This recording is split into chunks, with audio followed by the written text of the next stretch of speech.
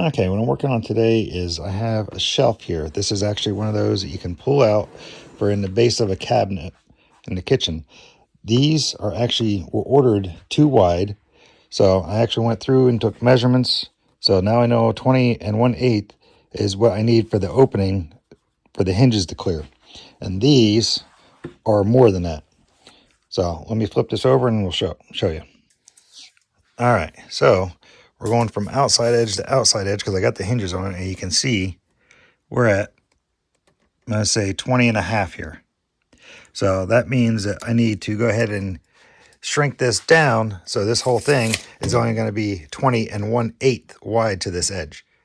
So I'm going to go ahead and take these rails back off. Now I got my measurements and figure out exactly what I need to take off. All right, the way to remove these hinges, as you can see, if you open this all the way up, see this little black piece in here. So this, you want to push this all the way down, and then you can slide it right off. All right, what I'm going to do first is go ahead and get this one strip off. So that way I can make sure to see if there's any fasteners hidden underneath here into this bottom piece. All right, there was nothing hidden underneath here for fasteners. It just looks like they have some finishing nails going into the ends here and down here. So we're going to go ahead and see about getting one of these off.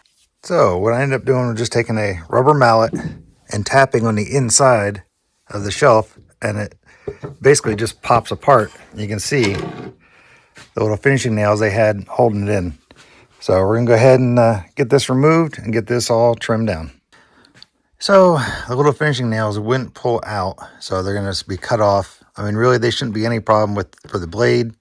But now what we're going to do is we're going to actually bring this down 1.5 inches, so that way we can make sure we clear the cabinet opening. So one thing I got to keep in mind here is you can see this here. I can't just cut this straight off because I'll lose this little overhang that looks like it blocks where the hinges go. So what I'm going to have to do is, you can see how this overlaps here. So what I'm probably going to have to do is basically bring this down, cut it, and then overlap. And I'll actually probably have to cut this piece by hand. So we figured up that basically I'm just going to do 1.5 inches, so that way I can make sure that I'm getting down to where I need to. That'll give me about 1/8 playroom. So actually we going ahead and measure this in 1.5 inches, and I got it set up here. So what we're end up doing is basically getting this lined up, and we're going to slide her through once we get it going. But I won't be able to do that with this running. So I'll show you how the cut comes out at the end. But we're only going to run it up to the edge here. We're not going to cut this piece, because remember, I got to actually change this and do this. This is going to be a hand cut.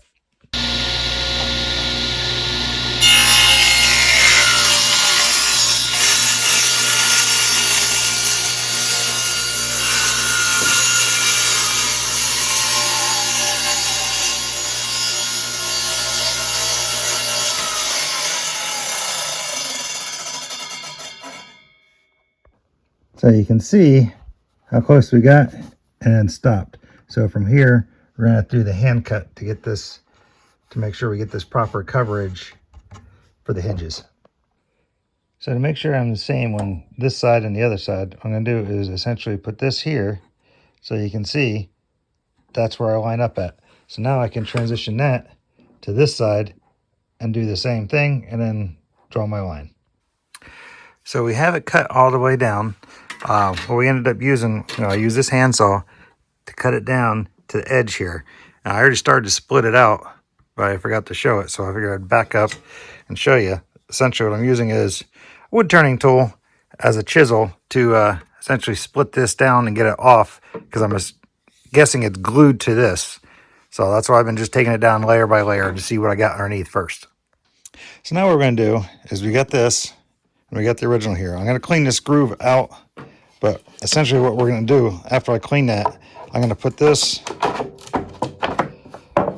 back on here, and now it'll be back together. So then all I have to do is get my measurement that I got earlier from the other side, and then I can mark this and then cut her off, and then glue this and nail this one back together, and this one will be done. Now we're going to the next one. But now I know what I need to do for the next one based off of this one. So we're going to get this cleaned up. Now to clean this up, what we're going to end up using is, this is actually, I believe this is my 1/4 inch. So, and this fits this channel perfect. So we're going to go ahead and, I don't know, it's hard to see, but you can see the glue that's in here that's raised. So we're going to get all that cleaned out. So we'll put an actual bead of glue in here when we put this back together. All right, so now we're going to go ahead and get our glue on here.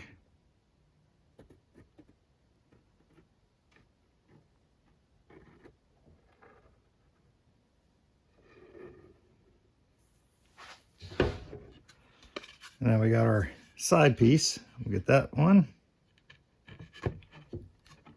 You can see it's grooved so it falls right in. Now, we're going to get our air nailer, put this in. Well, I got to spin this around. All right, so we got her spun around. So now we can come in here and get it lined up so we can actually shoot our staples to hold it.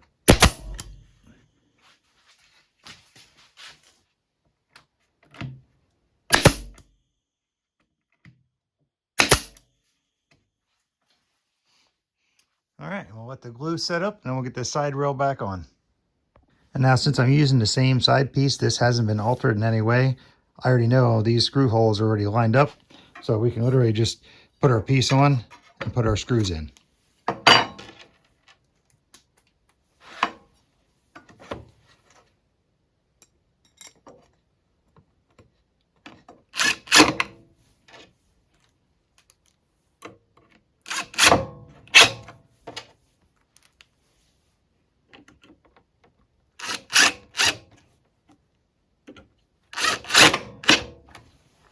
And there's one side done.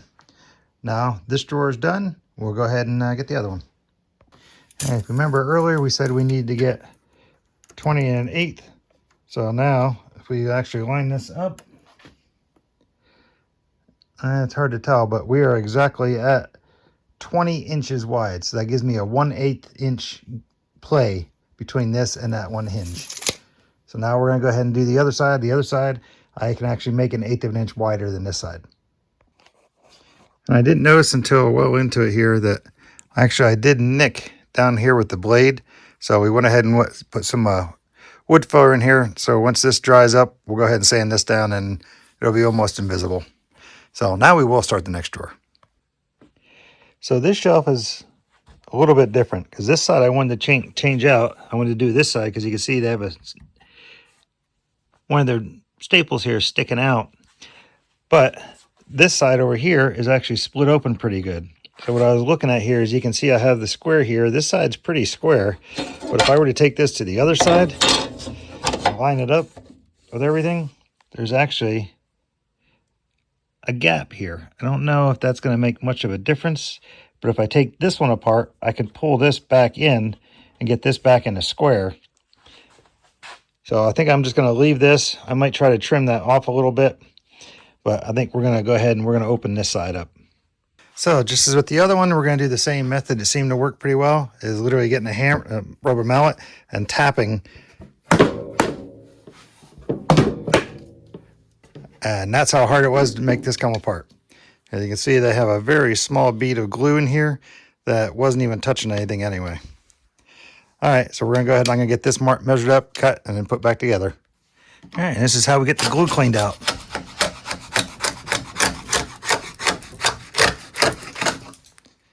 And you can see that was all we needed to do to get that cleaned out because the stuff they used was not bonded very well.